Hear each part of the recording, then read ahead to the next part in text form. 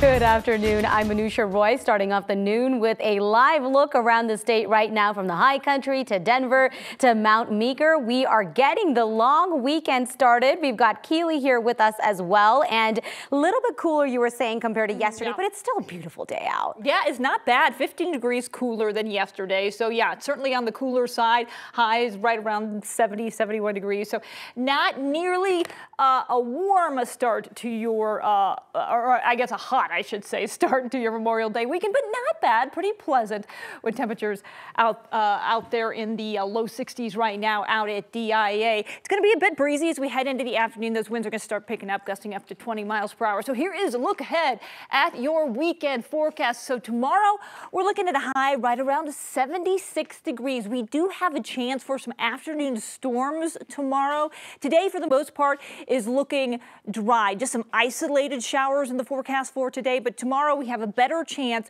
for some of that instability to create some afternoon storms. And then as we head into Sunday, again, another day of isolated storms, still going to be in the mid 70s. Here's a look at your Memorial Day Monday, sunny and warm. Looks to be actually a dry day, and we do have showers returning to the forecast on Tuesday. By Wednesday, we're looking at temperatures climbing back into the 80s, so it is going to be a big warm up as we head into our 7-day forecast. Current temperatures were in the 60s across the plains, 50s and 60s for the most part, 50s and 60s up there in the high country as well. Your HD Doppler radar, not much happening in our area. We are quiet as high pressure builds in. We'll kind of break down when those storms tomorrow and over the weekend will arrive, coming up in your full forecast in just a bit. Thanks so much for that, Keely. Today, the woman accused of killing a Team USA cyclist pleaded not guilty in court. Yeva Smilianska faces a charge of vehicular homicide. Prosecutors say that she hit cyclist Magnus White while he was riding on the paved shoulder of Highway 19 in Boulder County last July. Police say that there is no question she hit White, but she blames a car malfunction. However, an arrest affidavit from investigators say that she was most likely asleep at the time of the crash. Her trial is expected to start the week of December 16th. Magnus's family sent us this statement on the driver's plea, and in it they say the pain is both emotional and physical as we face each day without Magnus. The driver's decision to plead not guilty, to take no responsibility for her actions, compounds the grave injustice that we are confronting. We'll post their entire statement on our website, 9news.com. Today, Robin Niceto was sentenced to 4 years in prison. Niceto was convicted of making fake child abuse claims against an Aurora council person. Niceto was a former Arapahoe County social worker and called a child abuse hotline in 2022.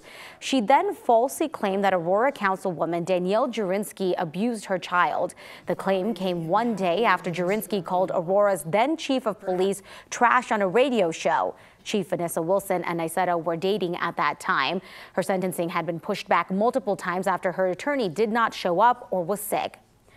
Want to get to an update to the breaking news we first brought you yesterday at noon. Aurora police tell us that one of their officers shot a man that they say tried to kill someone in Denver. Aurora police say investigators were trying to arrest a man near East Alameda Avenue and South Havana Street yesterday morning when a SWAT officer shot him. First responders took him to a hospital, and at last check, he was in the ICU and is expected to survive. The officer who shot him is on administrative leave, which is standard in a situation like this. Police haven't released a lot of details about what the man was wanted for, only that it was an attempted homicide and that it happened earlier this month near 48th and Colorado. This afternoon, we have new details about a shooting that happened in Greeley Wednesday night. In the last half hour, Greeley police say the victim shot was a 17-year-old boy. Officers also arrested the suspect, a 15-year-old.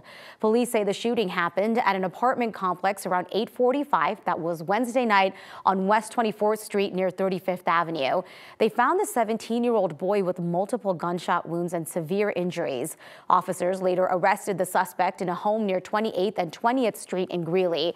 Police tell us they believe that this was a targeted attack. The 15-year-old is now facing multiple charges, including first-degree attempted murder. He's being held without bond at a youth correctional facility. Castle Rock police say that they are looking for 3 people who robbed a store and then said 2 of them went on to carjack someone and led officers on a chase. Police say 3 people robbed a store at the outlets at Castle Rock, and then while one of them ran to a nearby apartment complex, the 2 other suspects carjacked someone. Police tell us they chased that stolen car north on I-25, then east on E-470 while they were speeding and then driving into oncoming traffic. Police ended up calling off the chase, saying it was too unsafe to continue. None of the suspects at this point are in custody. If you are flying out of DIA for the long weekend, definitely plan for longer wait times at security. More than 80,000 people are expected to pass through TSA checkpoints. That is just in one day. We just checked those wait times. Bridge security is at an 8-minute wait right now. West is 5 minutes standard and 3 minutes for pre-check. South security checkpoint is 12 minutes for standard and then 13 minutes for pre-check. DIA is expecting nearly 450,000 travelers throughout the long weekend. In 2022, they screened 364,000 people. The following year, it was around 411,000 travelers. And this year, they're seeing about a 9% increase.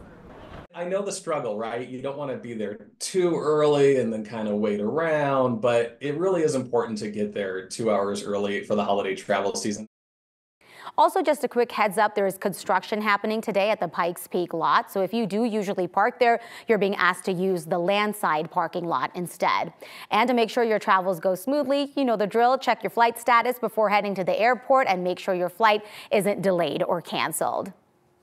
Well, today we are officially kicking off our 9 Cares Colorado Shares Summer Food Drive. It is a way for all of us to help families who are struggling with food insecurity. 9 News reporter Courtney Yoon was at King Soopers in Erie for that kickoff. We're kicking off our 9 Cares Colorado Shares food drive today here at the Erie King Soopers. It's really easy to donate when you're at the register here. You could just round up your order. Stephanie Gausch with Weld Food Bank is here with us today to tell us why we need these donations. How are you doing, Stephanie? I am doing so well. These donations are so critical this time of year because children are much more at risk for hunger over the summer months. And your donation today goes right back to your community and can ensure that families that are in your neighborhood have plenty to eat over the summer months. And we know that the need is rising, that the emergency food program you have, you're using that a lot? Absolutely. We've seen about 100% increase over this time last year. So more people than ever are needing help. And it's short-term assistance, and that's why a donation can really help make a difference in somebody's life today. Wow, well, thank you for being with us today, Stephanie. Appreciate it a ton. Absolutely, thank you. All right, and just $1 equals 3 meals for a food bank, so every penny surely does count. In Erie, Courtney Yoon, 9 News.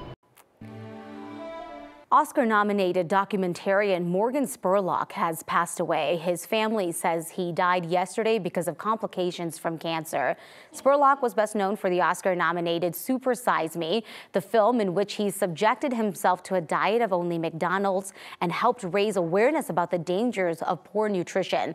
For several years, Spurlock served as host of the popular CNN original series Morgan Spurlock Inside Man. He was 53 years old.